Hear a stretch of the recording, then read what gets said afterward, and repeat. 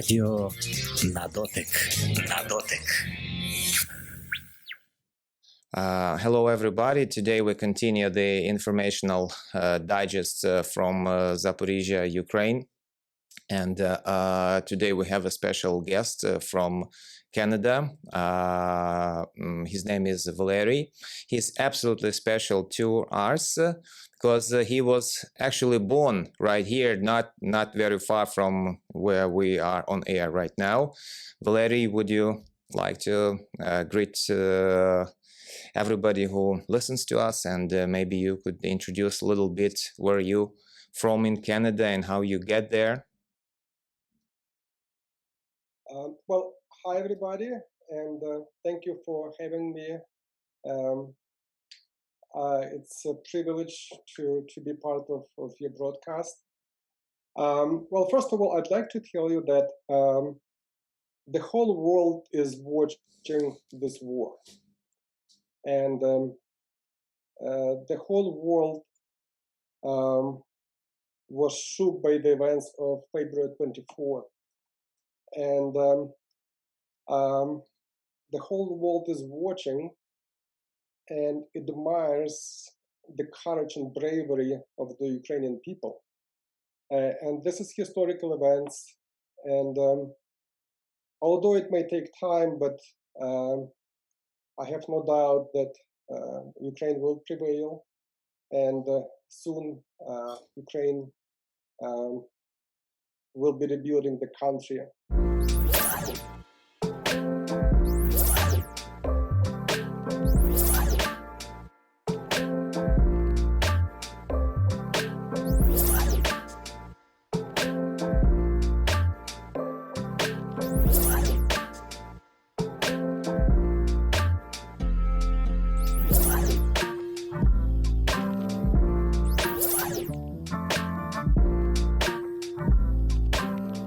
Canada is quite a special partner.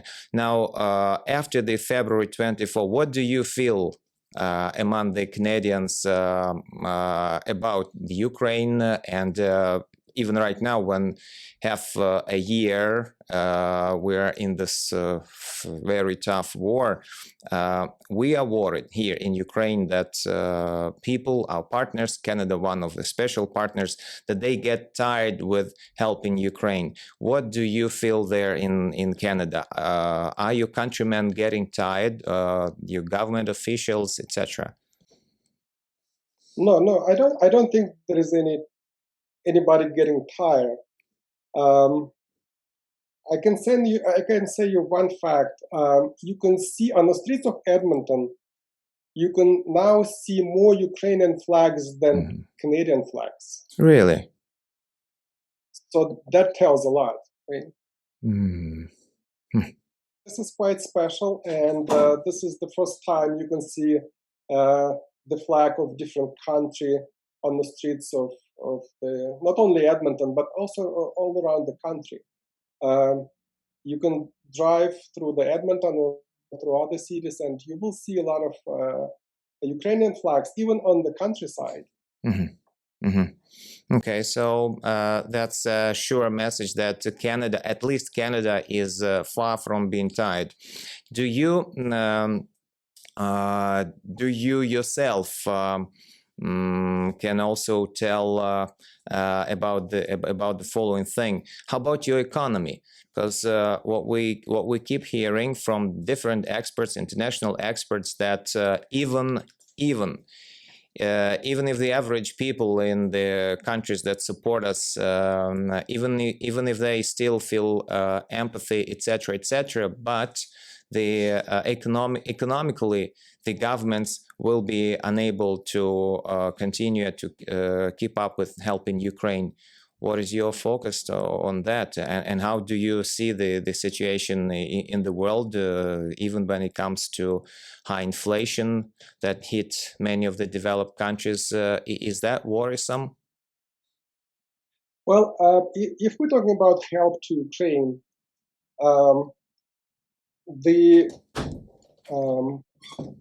this topic's not even discussed. People not discussing if it's hard to do or not hard to do, because Well, first of all, everybody understands that we have to do it. Mhm. Second, nobody takes into account um, the economic consequences of this help. Because, first of all, it will not affect the economy of Canada or US in any big way. Because of the size of the economy.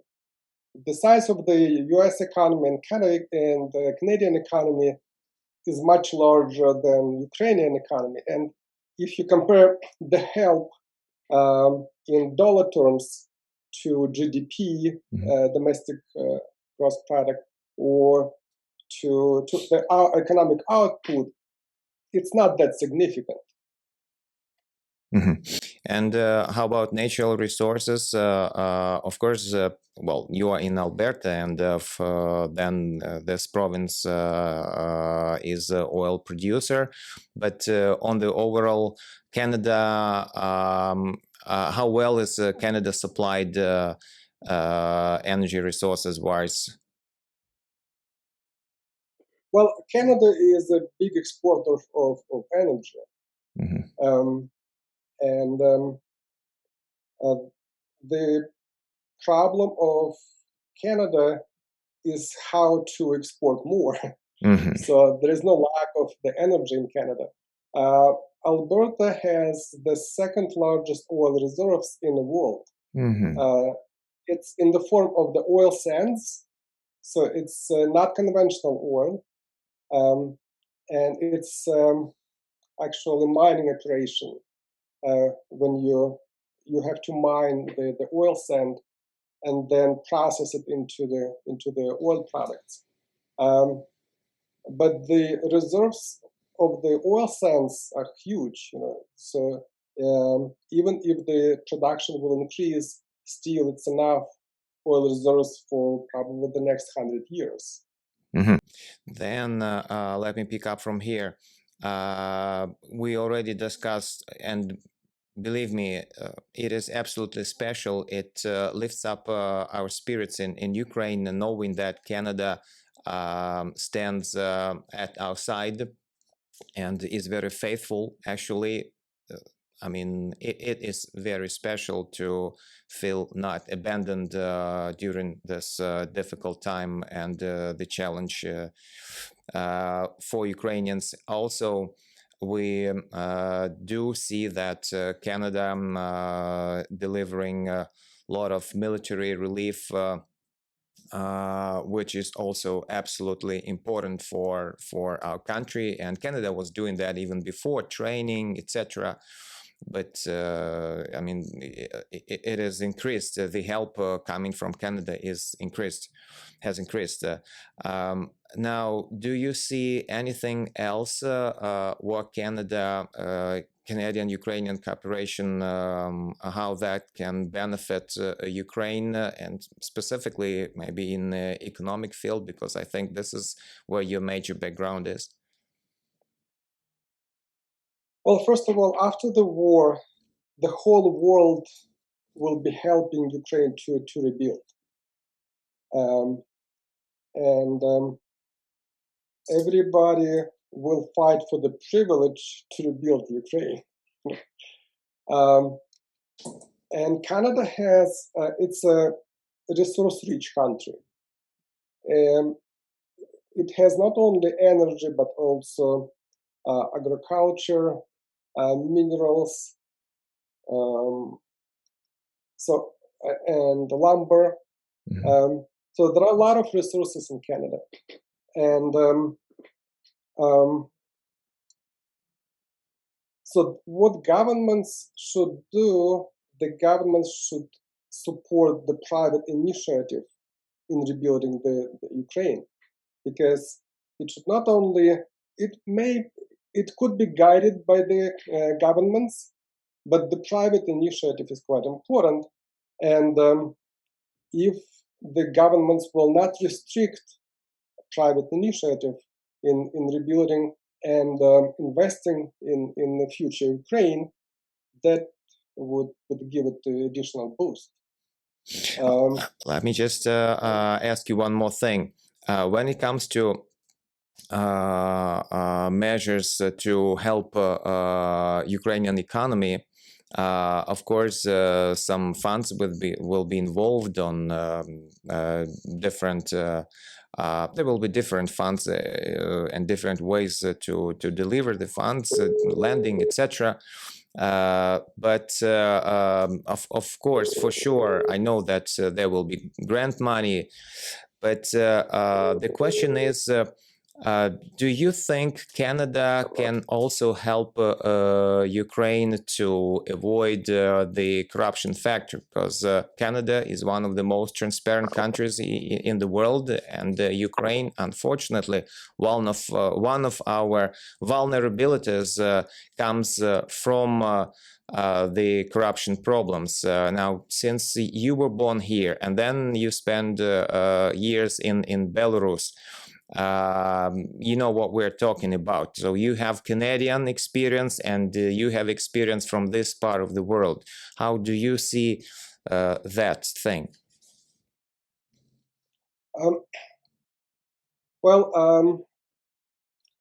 I don't think that the corruption problem can be resolved by increasing the punishment.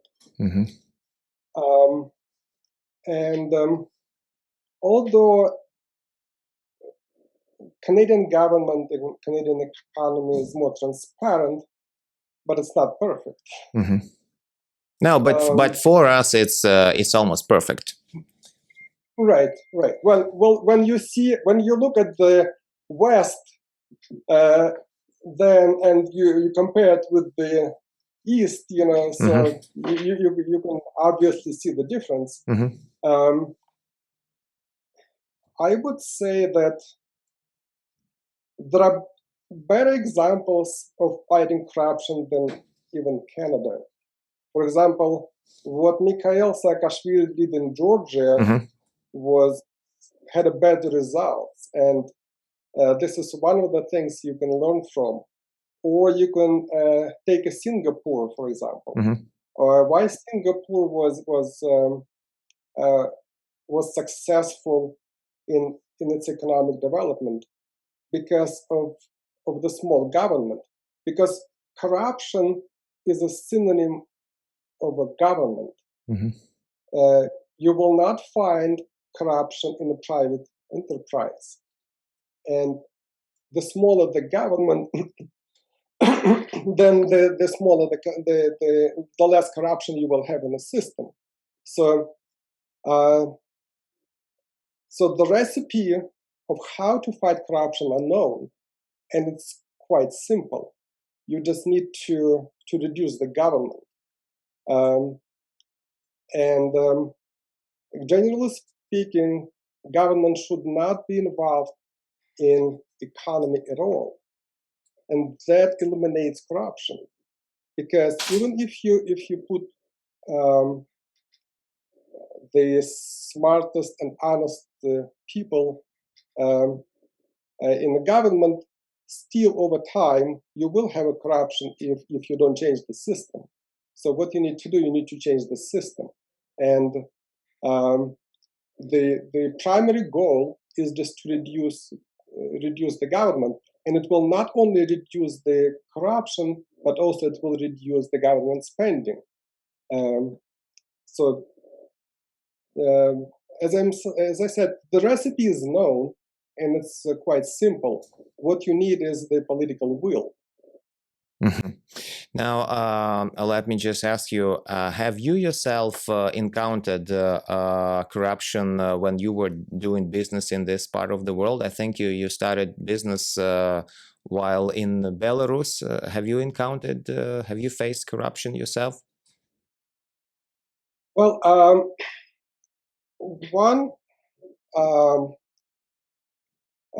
one event that I didn't like in Canada is the truckers' protests against the COVID lockdowns. Mm-hmm. And the government of Canada handled it very poorly. Mm-hmm. Trudeau handled it the same way as Lukashenko would do it. Mm-hmm. So this is one example. Another example, all kind of regulations and taxes that the business have to deal with.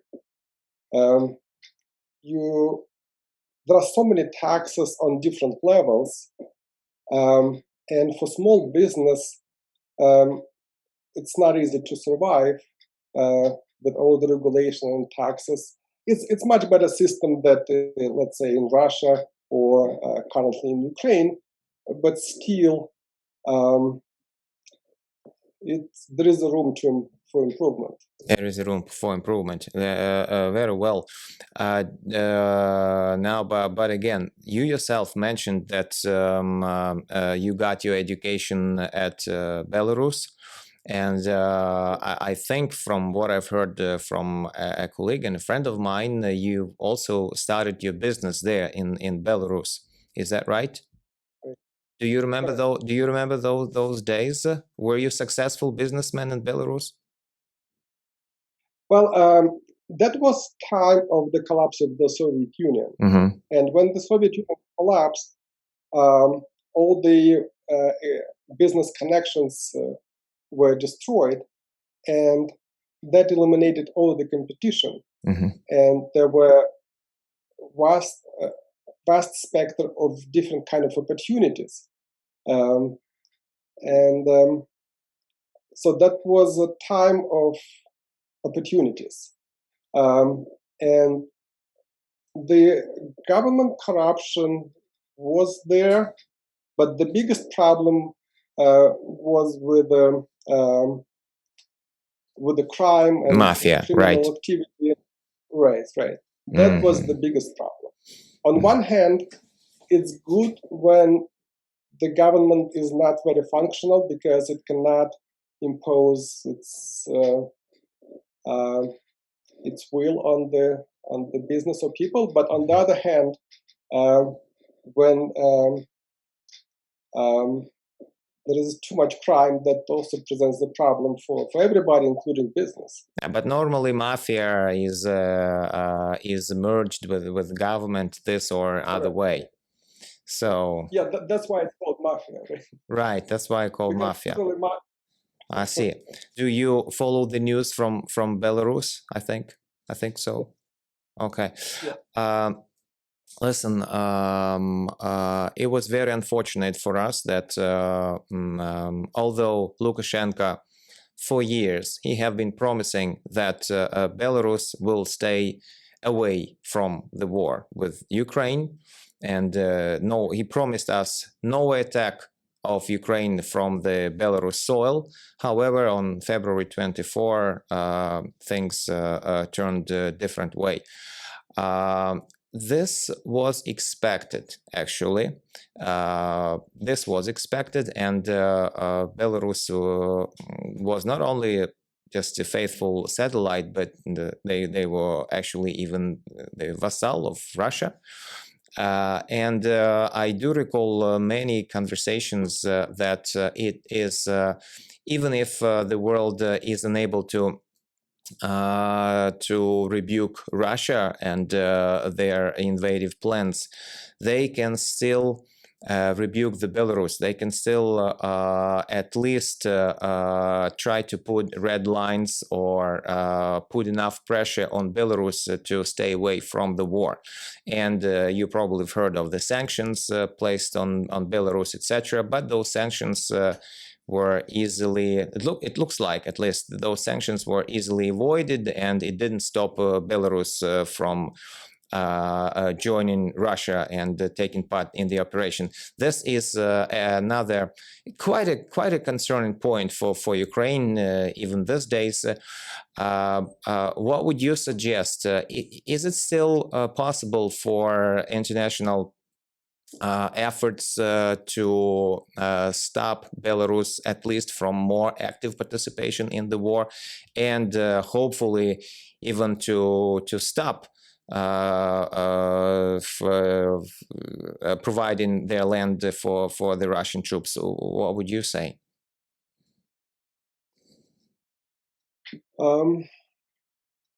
Well, it looks like there is a significant events now happening on the battlefield, and first of all, I don't think Lukashenko will be involved in the war more actively than he is now. Mhm. But at the same time, the more Ukraine prevail on the battlefield, the less appetite will Lukashenko have for participating in the war. And I don't think we will wait long until we'll see significant portions of the Ukrainian territory freed from the occupation. And I don't think it will wait long until we'll see the total victory of Ukraine. And that will put the regime of Putin under the question. There is a big chance that the regime will collapse. How about Lukashenko? And if the Russian regime will collapse, and I think it's a matter of time, then I don't think the Lukashenko will stay in power for long after that. Because first of all, there will be no economic support for Belarus, because Lukashenko was able to stay in power because of the economic support of Russia. And secondly, there will be no political support, and Lukashenko will be in isolation. He will try to get out of the situation, but there is a big chance that Lukashenko regime will crumble as well. But only after Putin's regime falls, Correct, right? right. Okay. And my last question to you: do you see? Do you yourself see the opportunity, or do you have any desire to be involved in rebuilding of new Ukraine after the victory? Well, the rebuilding, to be part of the rebuilding of Ukraine, it's not only exciting, but also profitable. But I don't want to think about profits or exciting time until the war ends, because now we have to focus on the current events. We have to win this war, and after that we'll be thinking about more exciting times. I understand that on the bigger level, it's good to plan the rebuilding process, but for me personally, I would postpone all this until after the war. Thanks, Valery. It was great to talk to you, and I hope we will see you again, and we can discuss the developments later, and we will definitely stay in touch with you. And I would like to tell that today we had a special guest for our digest from Canada.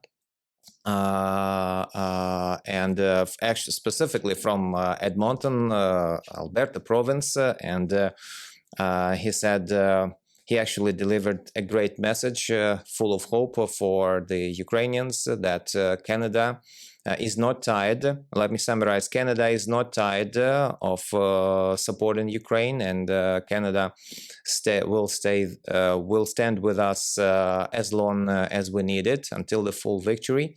And he also is sure that Ukraine will get military victory, and as soon as we get our victory, the tyranny regimes of Putin and Lukashenko, they will fall, and we will see the new world. And also, we all look forward to that victory and to the rebuilding of Ukraine after the victory. Thank you, Valery. And please tell all the best to your citizens. We deeply appreciate all their support, and we definitely need it. Thank you so much.